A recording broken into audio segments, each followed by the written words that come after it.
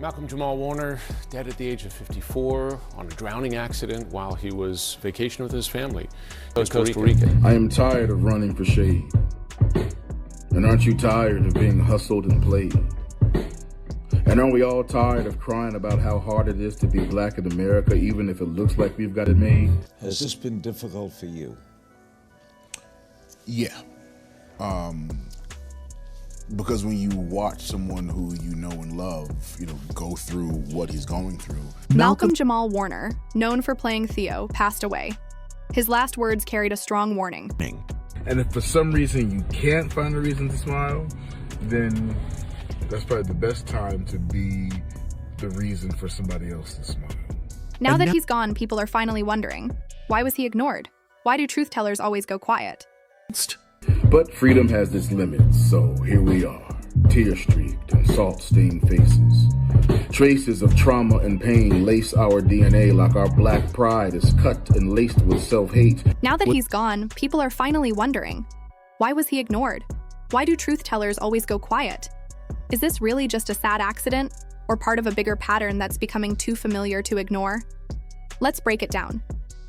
Malcolm-Jamal Warner's unexpected passing has not only stunned his fans, but also raised some serious questions.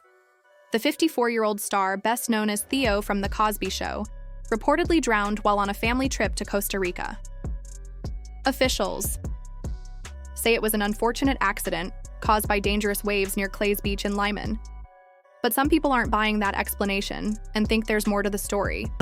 Reports that the 54-year-old was in Costa Rica on a family vacation and accidentally drowned while swimming. According to the Associated Press, local police said that beachgoers pulled Warner from the water, but by the time emergency crews from Costa Rica's Red Cross arrived, he had no vital signs and was taken to the morgue. Still, many people feel something's off. The timing, how it happened, and especially the message he shared shortly before his death, it all feels too strange. Warner wasn't just taking a break, he was trying to speak out. He had something important to say. And now, with his sudden passing, people are questioning whether it was really just a tragic accident. Can you tell me the fate of a people who consciously take the bait and embrace the very traits placed upon them by their captors, who by design are inclined to keep them believing they're second rates? I'll wait. Just 2 days before he passed away, Malcolm-Jamal Warner released the final episode of his podcast, Not All Hood. Looking back, many fans now believe that episode was more than just a regular talk. It felt like a hidden goodbye. In that episode, Warner opened up in a deep, honest way. He talked about a recent conversation with spoken word artist Tamika Georgia Mee Harper. When he mentioned his podcast title, she quickly said, "Ain't nothing wrong with the hood." That simple reply hit him hard and made him think deeply. He began to see how mainstream media often tells a one-sided story about Black culture, focusing only on the struggles in the hood and ignoring the strength, beauty, and complexity within it. That short conversation made him rethink the message he was sending. Warner wanted people to see that there's so much more to the culture than what's usually shown.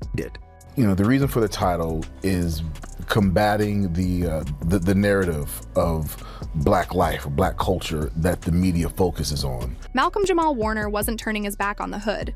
He was speaking up against a system that often misrepresents and profits from it. He made it clear that much of American culture has deep roots in the very communities people tend to look down on. That wasn't just his opinion, it was a bold statement about how Black creativity is often taken without credit. He pointed out how for years, Hollywood has tried to ignore or erase that truth. But Warner didn't stop there.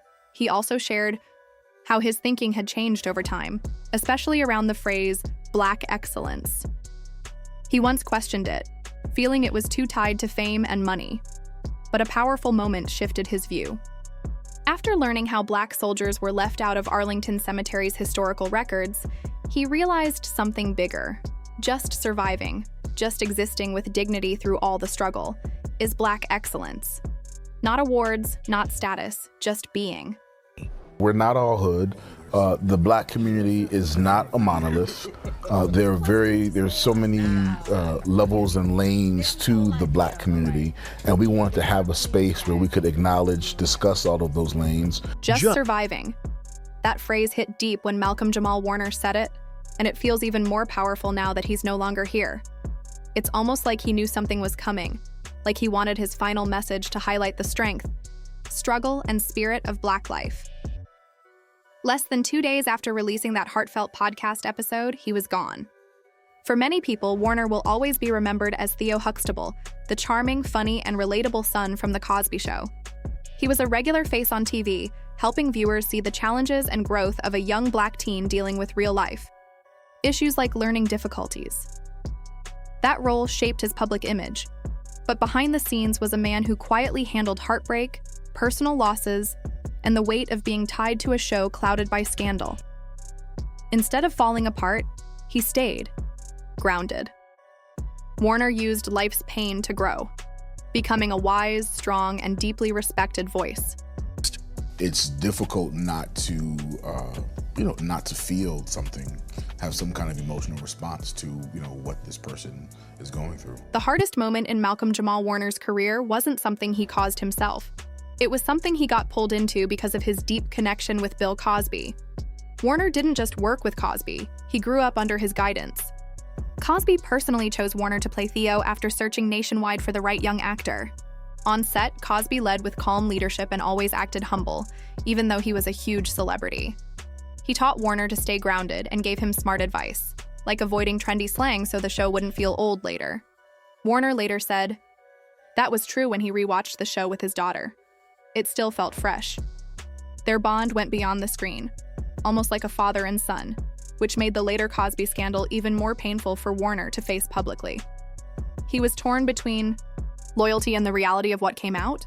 My biggest feeling is I feel sad for, just the way this whole, just the way the whole story has come about. When more than 50 women came forward accusing Bill Cosby of assault, Malcolm-Jamal Warner was suddenly thrown into a tough and emotional spotlight. People wanted to know where he stood. In a 2015 interview, Warner didn't defend Cosby, but he also didn't fully turn against him. He said, "He's one of my mentors. It's painful to hear any woman speak about abuse, true or not. And it's just as painful to watch someone I care about go through this." His words showed how conflicted he felt, trying to respect the victims while also struggling with the downfall of someone he had looked up to for most of his life. He also criticized how the media was handling the situation, saying it felt more like a circus than a serious conversation. Warner wasn't trying to excuse what was happening, but he hoped people would look at it with more care and fairness.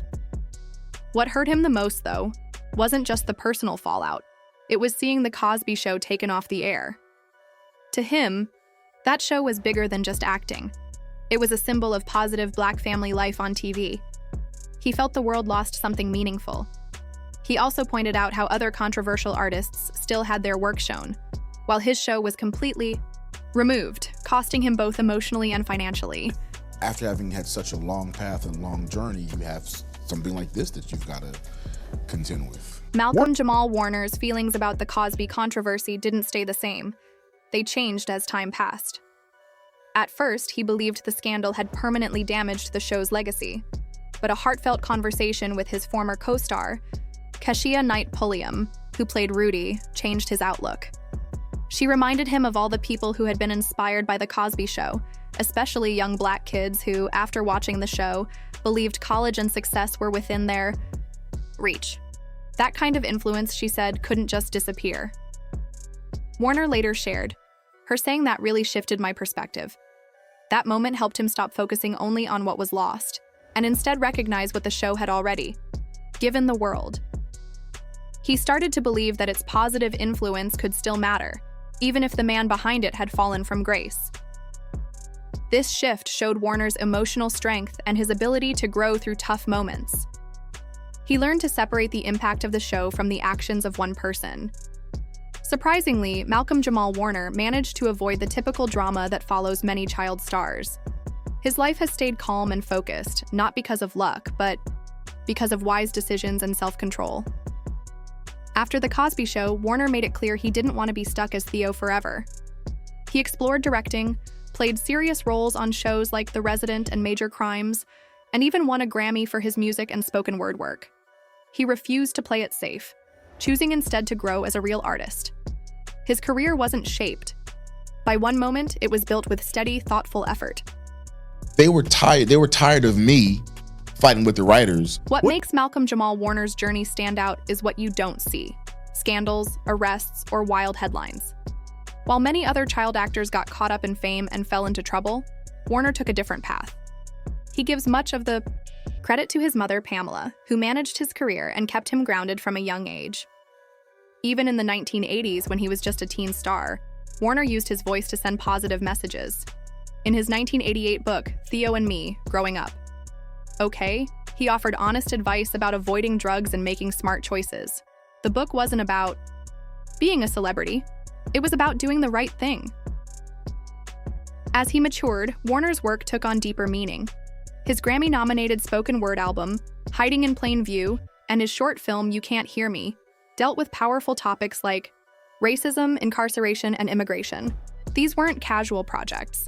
They reflected his growing awareness of social justice, shaped in part by his father, who taught him about influential Black figures like Langston Hughes. But his growth wasn't only professional, it was personal, too. When his former partner and Cosby Show co-star Michelle Thomas died of cancer in 1998, Warner stood by her. That loss deeply impacted him and helped shape his quiet, thoughtful outlook on life, love, and legacy. As I remind myself that no matter what's going on, there's always a reason to smile. Like if you just take a minute to stop and take stock, I guarantee you can find at least one reason to smile. Years later, Malcolm-Jamal Warner found himself in a very different kind of relationship, this time one that unfolded in full view of the public. Between 2011 and 2013, he dated actress Regina King. The two had known each other since the 1980s, when both were young stars, and their bond eventually led them to live together. But their breakup in 2013 came as a surprise and quickly became a topic in entertainment news. Reports claimed Warner had suddenly asked King and her son to leave. Things became even more intense when King later shared in a 2015 interview that he had ended things on Valentine's Day, then sent flowers afterward with a note saying, "I still love you." She said she threw them out. This very public heartbreak was the opposite of the quiet grief Warner experienced after the death of Michelle Thomas. That first loss made him value real emotional connection. The breakup with King, however, seemed to harden his view on letting the public into his personal life. After that, Warner kept his relationships out of the spotlight. These two major events taught him meaningful lessons. Love is both delicate and powerful, and privacy is sometimes the only way to keep peace in a world that thrives on headlines. And we still think it's dope. Just like the music we're programmed to celebrate. Then there was the moment with Meghan Markle. It was quiet, but it said a lot. On an earlier podcast, Warner was asked about working with her on Suits. He said she was cool and nice, which seemed polite. But when asked if he knew she was Black, his tone changed. He answered, "The great thing is that she knew," hinting at something deeper without saying it directly. It was cool. We didn't really have scenes together, so I'd see her, and she was really nice, really cool. My best friend, I was talking about Chris. This is the same Hollywood that once celebrated Malcolm-Jamal Warner as a rising star in the 80s, but kept him on the sidelines as he grew into a respected director, musician, and thoughtful voice. Unlike many celebrities chasing attention, Warner stayed focused, creating meaningful work and uplifting important topics. But when he passed, the industry barely reacted. There were no big tributes, no televised specials, just a few articles and a heavy silence. For someone who shaped a generation, that quiet response was hard to ignore. When you listen to his last podcast episode, it sounds like he was leaving clues, talking about cultural erasure, Black soldiers forgotten by history, and how neighborhoods so often judged harshly were actually sources of strength and creativity. He was redefining what it means to succeed, not by fame or wealth, but by surviving. And then suddenly, he was gone. It's becoming hard to see this as random. His death mirrors others. Chadwick Boseman, who told powerful stories while fighting cancer in silence. Nipsey Hussle, who died while pushing for community empowerment. And Dave Chappelle, nearly pushed out for telling uncomfortable truths. Warner had just found his voice, unfiltered and bold. And then the spotlight went dark. I had the show and felt like people was trying to control me. I was freaked out. I don't know, I just had to get out of there. I just walked away. Says $50 million, it's all gone, I'm scared. We're not saying it was a setup, but it definitely feels strange. Every time a Black artist starts to show the truth behind Hollywood's polished image, when they highlight real struggles instead of flashy success, something always seems to go wrong. It usually ends in silence or sadness. Malcolm-Jamal Warner was more than a name in a news story. He had something real to say, something that made people think differently. His voice mattered, and now that he's gone, his words are all we have left. He should have been honored properly, not just mentioned in passing by gossip outlets. He offered a new way to see things, a challenge to the stories we're used to hearing. It's time we pay attention to what he stood for, before another important voice fades away. That's all for today. Thanks for watching.